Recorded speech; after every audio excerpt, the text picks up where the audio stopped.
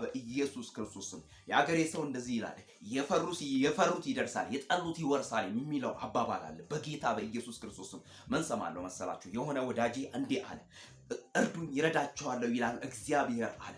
ጌታ ለዘላለም ይፈውሰው በኢየሱስ። እግዚአብሔር ለዘላለም ይቅር ይበለው። እርዱኝ እረዳቸዋለሁ ይላል እግዚአብሔር አለ። በጣም በድፍረት ኖ እግዚአብሔር እርዱኝ እረዳቸዋለሁ አይደለም። ይሄ በእግዚአብሔር ቃል አልተጻፈም። አይ እንትኑ እኮ ነው አለ፣ ልማዱ እኮ ነው አለ።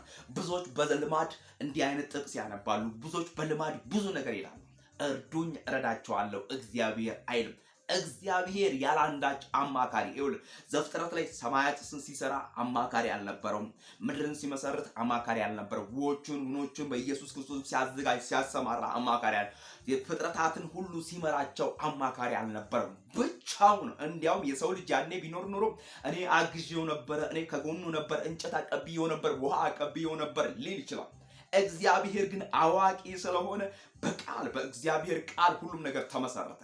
መጽሐፍ ቅዱስ የእግዚአብሔር ቃል ሁሉ እንደሆነ በእግዚአብሔር ቃል እንደመጣ እኔም በእግዚአብሔር ቃል እንደሆነ ሕያው የሆነ አምላክ በቃሉ እንዳበጀኝ ከምድር አፈር ወስዶ እንዳበጀኝ ይናገራል። የሰው ልጅ ግን እንደዚህ ይላል፣ እግዚአብሔር አምላክ እርዱኝ እረዳቸዋለሁ ይላል በድፍረት። እግዚአብሔር ረጂ አይፈልግም። በዘመናት መካከል ኤልሻዳይ፣ በዘመናት መካከል አዶናይ፣ በዘመናት መካከል ያለ፣ በዘመናት መካከል የነበረ፣ በዘመናት መካከል ሁሉም በስልጣኑ ቃል የደገፈ፣ በዘመናት መካከል የሚኖር የማይተው የሚረዳ የምስኪኑ የአባት የመስፍን አባት አምላክ በኢየሱስ እርሱ ጌታ ነው። ጌታ ለዘላለም ይባረክ። ስለዚህ እግዚአብሔር አምላክ ረጂ አያስፈልገውም። እሱ ራሱ ይረዳል በኢየሱስ። እግዚአብሔር አምላክ አጋዥ አያስፈልገውም፣ እሱ ያግዛል። እኔ ማነበው መጽሐፍ ቅዱስ ይሄንን ይናገራል።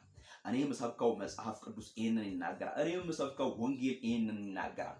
እግዚአብሔር አምላክ ብቻውን በኢየሱስ ክርስቶስ ብቻውን ሰማይን ሲሰራ ብቻውን፣ ምድርን ሲመሰርት ብቻውን፣ በምድር ላይ ሁሉን ነገር ሲያደርግ ብቻውን እርዱኝ እረዳቸዋለሁ አይልም። መጽሐፍ ቅዱስ አይልም እርዱኝ እረዳቸዋለሁ አይልም። ምናልባት ትናንሽ መጽሐፎች እነዚህ የተደጋገሙ የተጻፉ የተለያየ መጽሐፍ ሰው የጻፋቸው ሊሉ ይችላሉ። መጽሐፍ ቅዱስ ግን ከዘፍጥረት እስከ ራእይ ድረስ እንግዲህ እኔ በትንሹም ቢሆን አንብቤዋለሁ። ያው ምናልባት ሳላነበው ያለፍኩ ሊኖር ይችላል። እርዱኝ እረዳቸዋለሁ የሚል ቃል ካለ እየገባችሁ በዚህ ቤት እንግዲህ ልታሳውቁኝ ትችላላችሁ። ምክንያቱም እግዚአብሔር ረጂ ስለማያስፈልገዋል። ብቻውን ኤልሻዳይ፣ ብቻውን ገናና፣ ብቻውን አምላክ፣ ብቻውን አባት ስለሆነ እርሱም የልጁ የመስፍን አምላክ ነው። ስሙ ለዘላለም ይባረክ። መዳን በሌላ በማንም የለም። እንድንበት ዘንድ ከሰማይ በታች የተሰጠን ስም ኢየሱስ ነው። የልጁ የኢየሱስ ክርስቶስ ደም ከኃጢአት ሁሉ ያድናል። ኢየሱስ ጌታ ነው። ኢየሱስ ኤልሻዳይ ነው። ኢየሱስ የህይወት ቁልፍ ነው። ጌታ ለዘላለም ይባረክ። ጌታ ለዘላለም ይወደስ። ጌታ ለዘላለም ይክበር።